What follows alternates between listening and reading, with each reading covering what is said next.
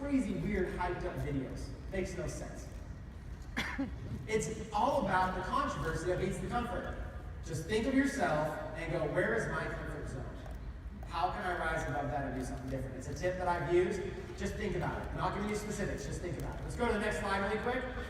I think this one's self-explanatory, so I can go really quick. We just talked about it. It's one of my favorite quotes.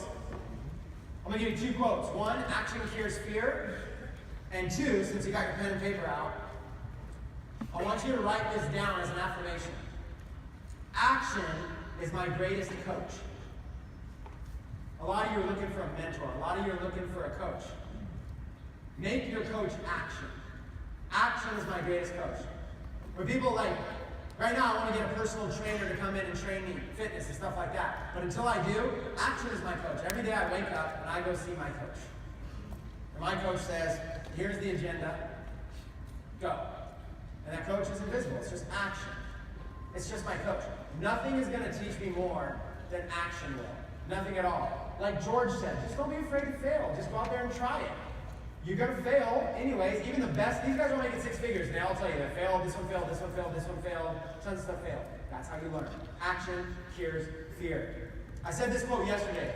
Where performance is measured, performance improves. Write this one down, because for many of you, this is going to be something different than you've been doing for a while. You've got to, in order to scale your business, this is only important for scaling. In order to scale your business, you have to either A, become a metrics person. You have to learn to love the numbers and the data. So A, just become an Excel spreadsheet loving machine, you know? Drool over them, go to sleep with your Excel spreadsheet, wake up with it, froth of the mouth. I'm not a numbers person. So option B, find somebody that you can have on your team who is a numbers person, who loves data. You are not going to scale your business without data, period. It will not happen. You'll just throw money out there, you'll have no idea what's working well, what's not. You'll never actually have a stable scale. In order to scale, what's called economies of scale, you have to be able to measure all your metrics. Where performance is measured, performance improves. It's something I've learned from a long time ago. I absolutely buy it.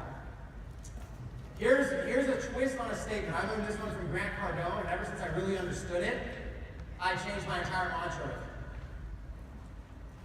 You guys have heard the statement, under-promise and over-deliver, right? Well, here's the problem with that. I never understood the problem. Under-promising causes us to not put ourselves out there. It's kind of like, go out in your comfort zone and then try to beat it. Well, here's the thing.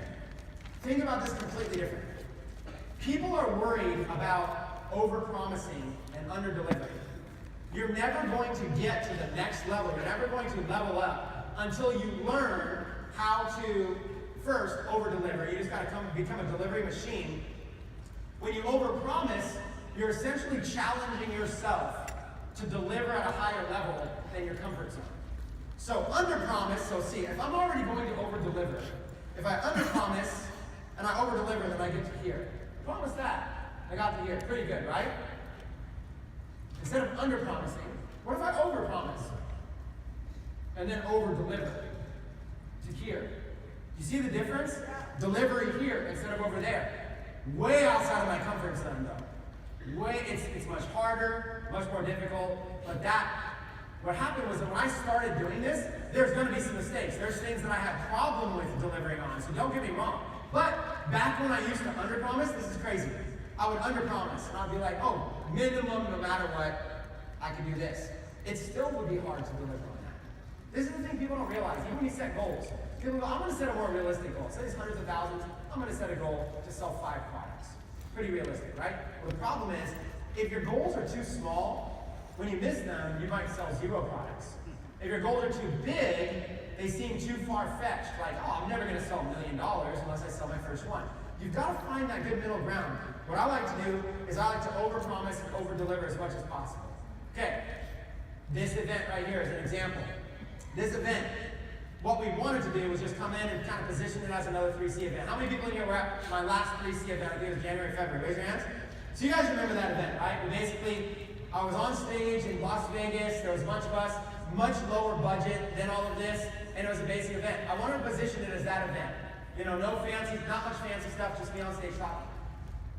And I thought, that would be conservative for me. As long as I do an event that good again, I'll be fine. But if you were at my last 3C event, first of all, was that event good? Yeah. It was a good event, right? Would you say this event's significantly better? Yeah. Significantly better, right? So this is an example. What I decided to do with this event was overpromise, overdeliver. Not underpromise, overdeliver, overpromise, overdeliver. I told you it was going to be better. I told you this event was going to be miraculous. This event was going to be the launch. This event was going to be huge. This event was going to be the biggest event of the year. This event was going to be everything. I painted a huge vision, which was crazy overpromising what it was capable of. We didn't even get an event order page up until like 3 weeks ago. You couldn't even buy tickets until like, all these tickets right now, everything here is sold in like the last month. Okay? It was crazy. Way hard to deliver on. But have we done a good job? Yeah. Overpromise and overdeliver.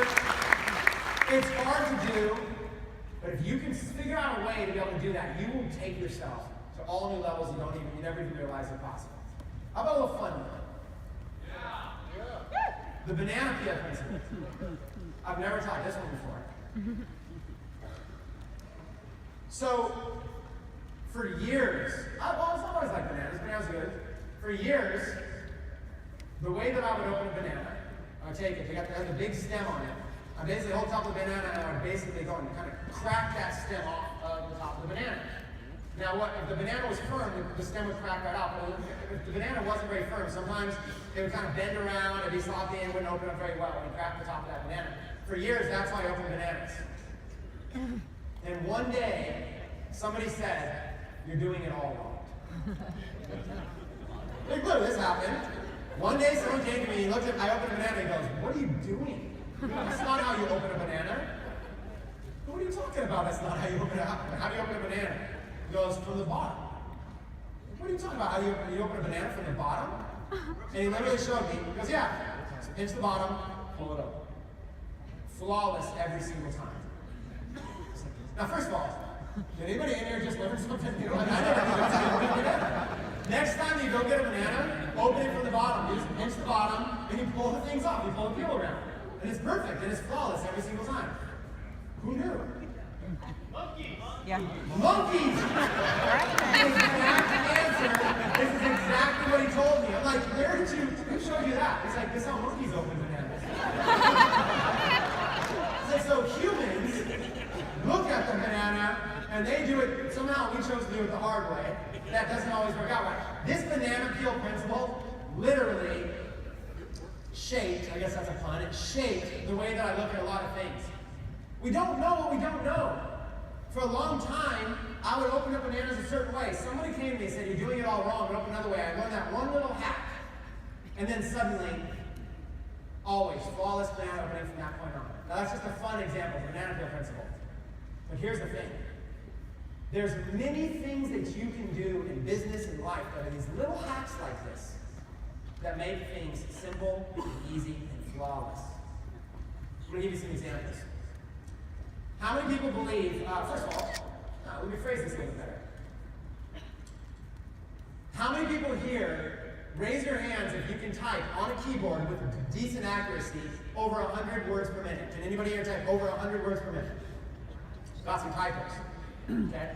Raise your hands if you can type if you think you can type between 80 to 100 words per minute with good accuracy. So you have over 100, 80 to 100. How many people here think you can type between 60 to 80 words per minute, good accuracy? Okay. How many people think you can type 30 words per minute to 60 words per minute, good accuracy? How many people probably can't even type 30 words per minute with good accuracy? Okay. So just fun, it's just an example. How many people here think, just honestly, I want full participation if you truly believe this. How many people here believe that if you could type fast with good accuracy, that it would be helpful as an internet marketer? Raise your hands. Like, look around. So, 90% of you, or whatever, believe that typing fast with good accuracy would be helpful. Now, by a raise of hands, besides you 100 words a minute people, the freaks of the group here, which there's actually quite a few of you, how many people here truly believe, or not truly believe, besides the 100 words per minute people, how many people here spend time every single day taking some type of typing class or typing tutorial to be able to type fast every single day? How many people here do this on a daily basis to be able to improve their typing speeds? One in the back. This is come back to that banana peel principle. You're doing it all wrong. You're doing it all wrong. I'm here to tell you you're opening up the banana the wrong way. You're focused on all these advanced things, buying all these extreme courses, attending masterminds, and doing all this kind of stuff. Yet, skipping over some of the most basic fundamentals. 90% of you thought that it was important to be able to type. It would help you if you could type fast with good accuracy. Yet, 99% of you aren't even making that part of your daily routine to learn how to do that. One of the very first things that I did when I got into internet marketing was I learned how to get up to 80 words per minute with good accuracy typing. Now, one of the second things I did when mobile phones came out, smartphones, has anybody ever seen me message on smartphones? I don't know if you guys, it's not something you see all the time. You've seen me do it. Yeah, I basically was just like, okay, this is taking too long. If I was twice as fast at typing on my mobile phone, I would be twice as productive, I would be twice as efficient with my time. I would suddenly have all kinds of time. That's the way you have to think. What I want you to do is I want you to focus on life hacks, business hacks, things you could do to be faster. Remember that logo design deal I gave you earlier? Duplicate and change. One day, logo arrives the next day, and you're happy. Typing, every single person here should spend at least 15 to 30 minutes per day doing some type of typing tutorial online. If you're not doing that, you really aren't committed to getting better as an online marketer. And you might justify, well, that's not going to make me money. That's not an income-producing activity. Well, either reading a book, but you're doing that to gain knowledge, and that knowledge in that book is probably less helpful than the skill of just typing twice as fast. Typing twice as fast will make you money. Is there anybody here that is at least willing right now to make a commitment for free? It's not going to cost you money, but you got to only do this if you want to make a commitment. Who's willing to make a commitment right now to yourself that you will take the time and you will at least learn how to type at least 20 words per minute faster than you're currently typing? Is anybody willing to take a 20 word per minute challenge right now? Raise your hand if you're willing to do that. Hold your hands up. This is your accountability. I want our Techademics affiliates to be the best marketers on the planet. Please sharpen your basic skills. Please sharpen your basic skills. Typing is something we feel, we've already learned basics. No more hunting and pecking. Learn how to properly put your hands there, learn how to do it. And go on your mobile phone and learn how to type fast. The key to typing fast is to learn how to get the word about 70% done, and so that autocorrect kicks in and does it right. So when you see me type, I blaze through learning how to allow the phone to do all the hard work. I start typing in basic things. I'm going to give you one more hack with your phone. Smartphones have something called keyboard shortcuts. Okay? If my email address is cashflowchampion@gmail.com, that's too much for me to type in. I'm not typing that. You guys realize I'm never going to spend the time to type that in. That's too much time. Go to keyboard shortcuts, make a little shortcut that says, when I type in CAS, auto-populate cashflowchampion.com or cashflowchampion@gmail.com. That was it. Took me 10 seconds to type it in. I did it once, forever. Anything that you're going to be doing repetitively on your phone or on your computer, you need to start getting hacks for that. In my keyboard shortcuts, I have over 100 keyboard shortcuts that I use all the time. When I type in my phone number, which starts with area code 925, I type in 925, boom, it's auto-populated. Every email address I have is auto-populated. All my website links right now are auto-populated. If somebody said, hey, what's a link to come to this conference? I just type in CRE, bam, auto-populated, send. Done. CRE, it auto-populates the whole thing, createcaptureconvert.com, boom, puts it into a link. If I type in MAT, boom, matchingmillions.com. If I type in TEC, boom, auto-populates Techademics. How about Snapchat? I'm always giving people Snapchat, right? Check it out. SN auto-populates snapchrisrecord.com as a link. SNA auto-populates a little ghost icon with Snap Chris Record as my username. SANP auto-populates the word Snapchat all uppercase and stuff like that. So now I've got 3 shortcuts, either SN, SNA, or SNAP that auto-populates either a full link you can click on, or my username, or just the word Snapchat if I wanted to use it. Any words that are long, short. What about my address? Anytime you're giving somebody your address, you should only have to type in like the first couple numbers of your address and auto-populates your address, your home address, your work address, your phone numbers, your emails, your calls to action. What about support? Somebody says, Chris, what's your support? SUP, done. SUP, it auto-populates my whole entire support address. Support at internetmarketingcollege.com or support at techacademics.com. You have all your supports. What about calls to action? Write a whole sentence. Write a whole sentence. Be like, here is my free Facebook advertising course that you can have for free right now. Just visit, whatever link.com, enjoy. Write in a whole sentence like that, and then give it a little trigger. For my free Facebook advertising course, maybe I just type in FREE or FAC. FAC, boom, entire automatic call to action, pitched right there in seconds. People go, Chris, how are you doing this so fast? Because I took an hour a day for 30 days to learn typing.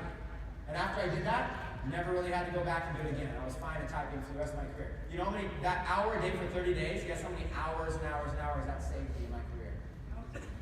Houses. And it also just makes it fun instead of being stressful. Things are stressful when they take forever. Learn the basics, guys. Let me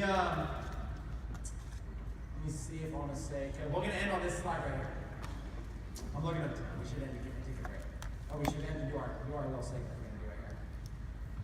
The last thing I want to end on right here, we're going to be fast this one, is coins. Write this one down. Centers of influence. It's just easier to say coins than centers of influence. So just think of a center of influence as a coin. S is just plural. I don't know. S doesn't need to be an acronym. It's just plural. Centers of for influence. The key here is, okay, when you're promoting Techademics as an affiliate, there's a principle called addition versus multiplication. Addition is where you find one person, like a customer, and then you find another customer, and then you find another customer, and you find another customer. You're adding 1 plus 1 is 2, plus 1 is 3, plus 1 is 4, plus 1 is 5. That's addition. When you find affiliates, you find one affiliate. That affiliate might find 10 or 100 affiliates or customers. You find one that multiplies into 100. You find another one that multiplies into 100. Another 1, 100, another 1, 100. You found the same 4 people that turned into 400. The same 4 people here turned into 4. Okay, that's addition versus multiplication. Both are important. Here's why I do addition versus multiplication. I get customers so I can turn around and show my affiliates how to get customers. I use affiliates for leverage. Find affiliates, get an override on their sales, and get leverage. Find centers of influence. If somebody recruited me as an affiliate for Techademics, here's what I conservatively believe is possible if I was an affiliate out in the field, conservatively, knowing, I'm just going to be very candid and realistic about what I've done with my list and what I think I can do as an affiliate. If you had recruited me as an affiliate, if I wasn't already a company owner, like I was a Vic, let's say, or whoever it might be, I've got a 100,000 person list of people that love internet marketing related products, trainings, and courses. I've got branding and exposure. I've been building it for years. So if you had come to me, and if there was an opportunity like this, and you had somehow been able to find someone like me, I believe, and I'm looking for evergreen type opportunities like this. Conservatively, I believe that I could do the $1 million bonus, matching millions, $1 million bonus in my first 30 days. Conservatively. Not horn tooting or anything. I mean, I just know, like when I did the OMG promotion, it was 10 days, did over $2 million in sales there in 10 days for that promotion. So I know based on kind of the demographics of what I do, I put together a promotion, a bonus, and everything. And I would say in the first 30 days, I would have no matter what, whatever it takes, I'm going to make at least $1 million bonus in the first 30 days. After having made $1 million in commissions and an extra $1 million, $2 million in the offer, do you think I'm really going to be like, that was fun, but I'm done and just focus on? Oh, I'm going to be like, this works, and there's leverage, right? So at that point, if I do that in the first 30 days, I believe conservatively that I could do $5 million in commissions my first year. Okay? If $1 million came right out the gate in 1 month of 12 months, I believe I could do $5 million my first year. I believe that I could do, there's people in other companies, affiliates in other companies that have done $10 million and more. So that's the rank I would go to. There's people like me out there. Lots and lots and lots of them. And they're in all kinds of different industries. Popular real estate agents, stuff like that. Popular network marketers, lots of network marketers. Popular affiliate marketers, product launchers, stuff like that. Influence. There's popular bloggers that have huge email lists. There's influential people. So the tip I'm going to give you is this. These influential people are not going to respond to your cold marketing advertisement on Facebook. They're not going to sit there and see your video and do this. And unless you are a person of influence to them, they're probably not going to be that excited about you helping them get rich or whatever, right? Like, oh man, oh Vic, I can help you, man. I can totally do it. I got this opportunity, man. You're going to crush it. You're going to do this. Well, if someone like Vic's making millions of dollars already, so if he looks at you and goes, well, you know, he's going to look and go, who is this person? What are you doing? Naturally, Vic is going to be skeptical. Okay, so this person here is making $10,000 and they're going to help me make millions more. No, I'm already on a good path. So Vic's going to look for somebody influential himself. Since you're not that person, you've got to go back and be a connector. Figure out these centers of influence. Write them down. Make it your homework assignment. Write down people that you can somehow connect into that have large followings somewhere. Big bloggers with large followings, big Instagram accounts with large followings, big YouTubers with large followings, people with big fan pages or big networks, even if it's not specific, even if it's a country music directory. Who are some influential people? Think, if I get that one person to join, they are so influential, 10 or 30 or 40 or 50 people would join as a result of that one person. Find those centers of influence. That right there is the biggest thing that I can tell you that is going to make the difference between some of you making $1,000 with this program and some of you making $1 million with this program. Find centers of influence. It's just, when I joined, every single company I've joined, I've usually found a handful of people that have all gone on to make six-figure incomes, and I got a cut off of their sales. So it sort of makes the process easier. You find a few key people, you override their sales. That's the key. Think that way. Think about assembling your dream team. Who are the most successful people you know, and don't just throw up on them with an opportunity because they will say no. Find out your unique selling proposition, find out their pain point, find out how you get them. And if anybody in this room is a leader and you're a center of influence, you got to get out there and get to these people first. Go out there and contact the people from this event. Tell them this story. Tell them how powerful this is. Tell them how much value is here. Tell them how real this is. Tell them the production level. Call them tonight and say, you know what, look, I'm at this event, you've never seen anything like this. 90-foot screen on stage, huge branding. This company's doing it right. The product's real. The testimonials are insane. Tell them, put the buzz in their ear, and say, when I get back from this thing, we got to have a serious sit-down talk. We got to look at this. There's money to be made. When you earn $1 million in commissions with this program inside of 36 months, literally I'm giving you 3 years to do it, we are bonusing you $1 million cash. That is our Matching Millions Challenge. You've got to get there. It is a 36-month challenge. We open that challenge up after this weekend. You've got 3 years running ground. You've got to get to $1 million in commissions because you're getting an extra $1 million bonus. And you're going to be, once you have that million, once you earn $2 million, you are the center of influence. Everybody's going to want to join through you, learn how you did it. And this thing is going to be like Lawrence talked about, a snowflake that turned into a snowball, that turned into an avalanche. And you can take this and you can join any company you want for the future, and you'll always be able to leverage your story of what you did with Tech MX. Who's ready to take on that challenge? So, here is my scenario. I'm on stage. I got the note that this is done. I have no idea what we're doing, whether we're going to break